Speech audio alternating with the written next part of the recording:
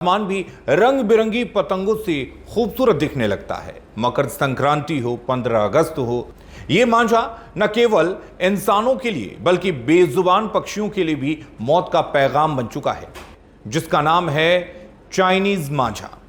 बसंत पंचमी हो या फिर किसी भी शहर की पतंगबाजी की अपनी परंपरा, आसमान रंग बिरंगी पतंगों से भर जाता है।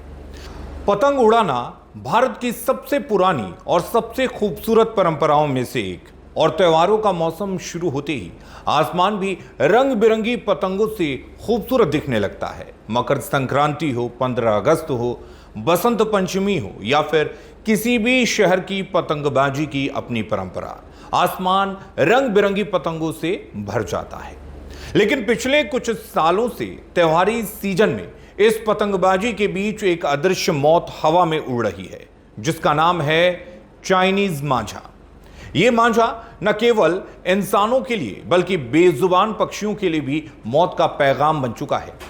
इस मांझे ने सैकड़ों लोगों की जान ले ली, हजारों पक्षियों को मौत के घाट उतार दिया और कई परिवारों की जिंदगी हमेशा के लिए बदल दी।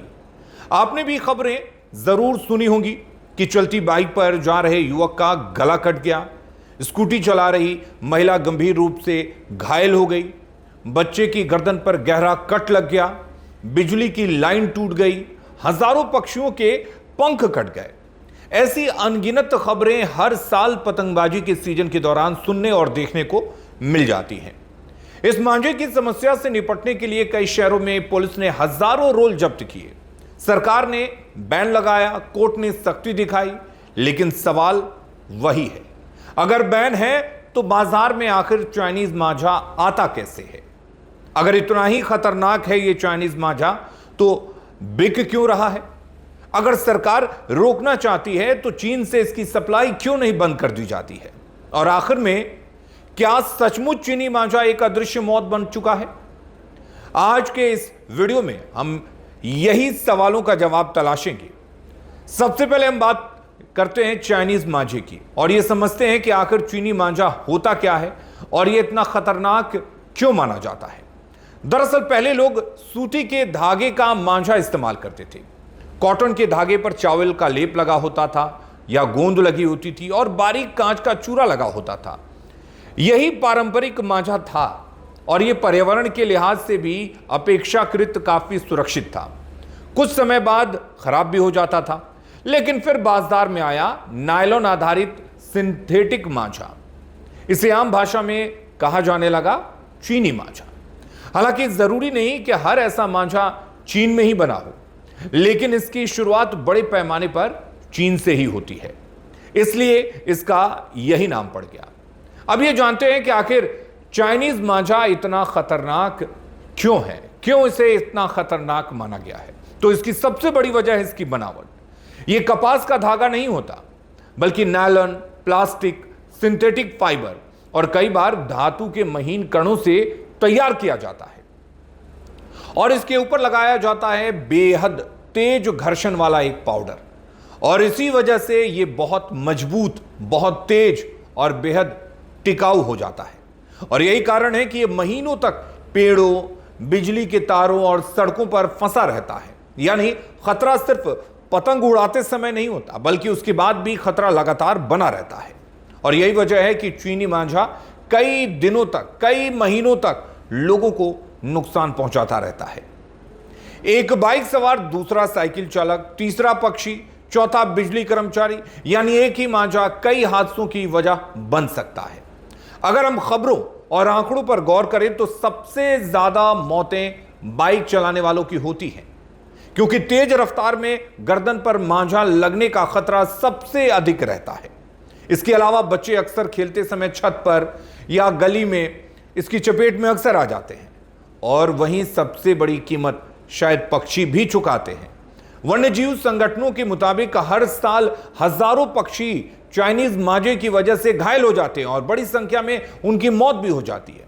इसके अलावा कई बार मांझा हाई टेंशन लाइन में फंस जाता है, जिससे शॉर्ट सर्किट हो जाती है, बिजली बाधित होती है और आग लगने जैसी गंभीर घटनाएं भी घटती हैं। अगर आप वैश्विक स्तर पर इसके नुकसान को जानेंगे तो आप सहम जाएंगे। आंकड़ों के मुताबिक दुनिया भर में पतंग उड़ाने के दौरान गिरने से हर साल 37,000 से ज्यादा बच्चों और युवाओं की मौत हो जाती है। अब जानते हैं कि भारत में चीनी मांझा कहां कहां बैन है और इसको लेकर कानून क्या कहता है भारत में। वैसे तो ये पूरे भारत में चाइनीज मांझा को बैन किया गया है, उसकी खरीद बिक्री और स्टॉक पर रोक है, लेकिन कुछ राज्य हैं जहां इस पर विशेष सख्ती है। उत्तर प्रदेश, पंजाब, महाराष्ट्र, गुजरात, मध्य प्रदेश, छत्तीसगढ़, कर्नाटक, आंध्र प्रदेश और दिल्ली एनसीआर। असल में भारत में पर्यावरण और सार्वजनिक सुरक्षा को देखते हुए सिंथेटिक नायलॉन मांझे पर प्रतिबंध लगाया गया। सरकार का साफ कहना था कि यह पर्यावरण को नुकसान पहुंचाता है, वन्य जीवों के लिए घातक होता है और इंसानों की जान के लिए भी काफी गंभीर खतरा है। राष्ट्रीय हरित अधिकरण यानी एनजीटी ने भी इस मामले में सख्त रुख अपना रखा है। इसके बाद कई राज्यों ने अपने अपने स्तर पर इसे प्रतिबंधित किया। कई राज्यों में समय समय पर पुलिस अभियान भी चलाती रहती है। त्योहारों से पहले हजारों रोल जब्त किए जाते हैं। दुकानों पर त्योहारों से पहले छापेमारी की जाती है। एफआईआर तक दर्ज किए जाते हैं और चाइनीज मांझा बेचने पर अलग अलग मामलों में अलग अलग कानून के तहत कार्रवाई भी करने की बात कही जाती है और इसके तहत सजा का भी प्रावधान है, जैसे पर्यावरण संरक्षण से जुड़े प्रावधान, वन्यजीव संरक्षण से जुड़े मामले, स्थानीय प्रशासन के प्रतिबंध के आदेश, भारतीय न्याय संहिता यानी बीएनएस के तहत लापरवाही या चोट मौत होने पर संबंधित धाराएं और राज्य सरकारों के विशेष आदेश। आमतौर पर सजा की बात करें तो भारतीय न्याय संहिता धारा 106(1) चाइनीज मांझा से किसी की मौत या गंभीर चोट पर अधिकतम 5 साल की जेल, साथ ही भारी जुर्माने का सजा का प्रावधान है इसमें। और यही नहीं, नाबालिग शामिल होने पर जो उसके अभिभावक हैं उनको जिम्मेदार मानने की भी बात है।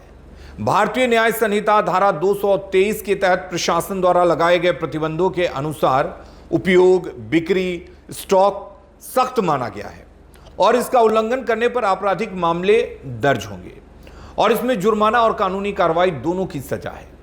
भारतीय नागरिक सुरक्षा संहिता धारा 163 के तहत कलेक्टर या प्रशासन के प्रतिबंधात्मक आदेश का उल्लंघन दंडनीय अपराध माना गया है, जिसमें गिरफ्तारी और कानूनी कार्रवाई संभव है। भारतीय न्याय संहिता की धारा 125 के तहत मानव जीवन या सुरक्षा को खतरे में डालने पर 3 तरह के सजा के प्रावधान है इसमें, जिसमें बिना चोट लगे 3 माह तक की जेल या 2,500 रुपये जुर्माना की सजा का प्रावधान है। चोट लगने पर 6 माह तक जेल या 5,000 रुपये जुर्माने का प्रावधान है और जबकि गंभीर तौर पर चोट लगने पर 3 साल तक जेल या 10,000 रुपये जुर्माने की भी सजा हो सकती है। और ऐसा नहीं है कि चाइनीज मांझा सिर्फ भारत में ही बैन है। यह भारत के लिए ही सिर्फ चुनौती नहीं है। पड़ोसी देश पाकिस्तान में बसंत के दौरान मांझे से होने वाली मौतों के बाद कई प्रांतों में धातु और रासायनिक मांझे पर सख्त प्रतिबंध लगाए गए। कई जगहों पर पतंगबाजी पर भी अस्थायी रोक लगी। इसके अलावा नेपाल में भी खतरनाक सिंथेटिक मांझे को लेकर समय समय पर प्रशासनिक कार्रवाई की जाती है।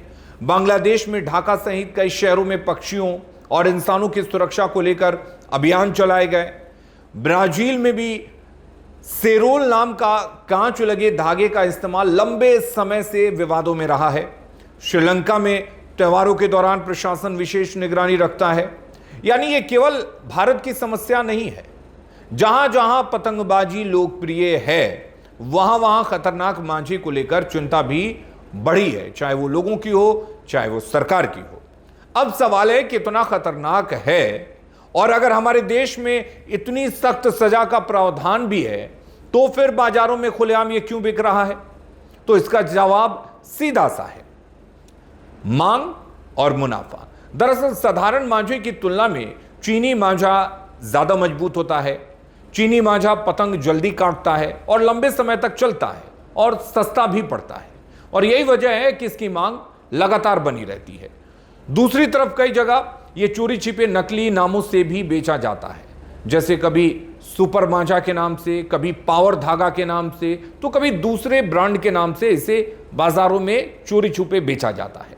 इसलिए कार्रवाई के बावजूद इसका अवैध कारोबार पूरी तरह से खत्म नहीं हो पाया। अब आप ये सोच रहे होंगे कि आखिर सरकार इसे भारत आने से क्यों नहीं रोक पाती। जब सरकार ने इस पर प्रतिबंध लगा दिया तो फिर यह बाजार तक आखिर पहुंच कैसे जाता है? तो सच यह है कि इसका जवाब इतना आसान नहीं है। दरअसल शुरुआत में भारत में बिकने वाला अधिकांश सिंथेटिक मांझा चीन से आता था, इसलिए इसका नाम ही चीनी मांझा पड़ गया। लेकिन जैसे जैसे प्रतिबंध सख्त हुए वैसे वैसे तस्वीर जो है वो बदलने लगी। आज कई राज्यों में पुलिस की कार्रवाई में जो सिंथेटिक मांझे पकड़े जाते हैं उसका एक हिस्सा भारत में ही अवैध रूप से तैयार किया गया होता है। यानी समस्या सिर्फ आयात की नहीं है, अवैध घरेलू उत्पादन और सप्लाई चेन की भी है। इसके अलावा कई बार ये सामान गलत लेबल लगाकर या दूसरे उत्पाद के नाम पर भी देश में पहुंच जाता है, इसका आयात किया जाता है। कुछ व्यापारी इसे नायलॉन धागा, फिशिंग लाइन या अन्य सिंथेटिक धागों के रूप में खरीदते हैं और बाद में उसे मांझे का रूप दे देते हैं। यानी अगर सरकार केवल सीमा पर रोक लगा भी दे तो भी देश के भीतर बनने वाले अवैध मांझे चुनौती बने रहेंगे। अब सवाल है कि जब हर साल चाइनीज मांझे के हजारों रोल जब्त होते हैं, एफआईआर दर्ज होती है, फिर भी कारोबार क्यों जारी रहता है? तो इसके कई कारण हैं। पहला कारण यह है इसकी भारी मांग। दरअसल पतंगबाज मानते हैं कि इससे पतंग जल्दी कट जाती है। दूसरा कारण है कम लागत, ज्यादा मुनाफा, और इसलिए अवैध कारोबार बंद नहीं होता, दुकानदार भी इसे ज्यादा मुनाफे के लिए बेचते हैं। तीसरा कारण है ऑनलाइन बिक्री। कई बार सोशल मीडिया या ई कॉमर्स जैसे माध्यमों का इस्तेमाल कर इसकी बिक्री की कोशिश होती है, हालांकि ऐसे मामलों में कार्रवाई भी होती है। चौथा कारण है जागरूकता की कमी, क्योंकि कई लोग इसे सिर्फ एक खेल का सामान समझते हैं। उन्हें पता ही नहीं होता कि एक चाइनीज मांझा किसी की जान भी ले सकता है। अब सवाल यह है कि क्या केवल इसके लिए सरकार ही जिम्मेदार है? क्योंकि हर बार सवाल सरकार पर ही उठते हैं, और उठना भी चाहिए, क्योंकि कानून को लागू करना सरकार की ही जिम्मेदारी होती है।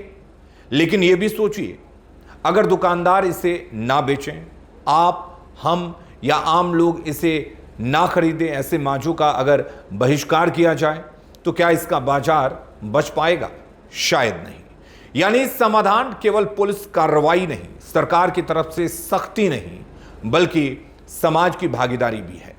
खैर, अब त्योहारी सीजन आ रहा है, पतंगबाजी शुरू होने वाली है, इसलिए अगर आप पतंग उड़ाते हैं तो केवल सूती या पर्यावरण अनुकूल धागे का इस्तेमाल करें। चाइनीज मांझे को इस्तेमाल करने से बचें। वहीं जो साथी बाइक चलाते हैं वो बाइक चलाते समय त्योहारों के दिनों में हेलमेट का वाइजर नीचे रखें। संभव हो तो नेक गार्ड या स्कार्फ का इस्तेमाल करें। अगर कहीं पेड़ या बिजली के तार पर मांझा फंसा दिखे तो खुद निकालने की कोशिश ना करें। स्थानीय प्रशासन या बिजली विभाग को इसकी सूचना दें।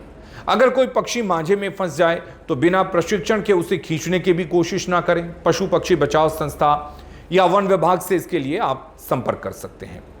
यह सच है कि पतंग उड़ाना हमारी संस्कृति है, हमारी खुशियों का हिस्सा है, लेकिन खुशियां तब तक ही अच्छी लगती हैं जब तक वे दूसरों के लिए भी खुशियां बनी रहे, ना कि किसी और की जिंदगी छीन ले।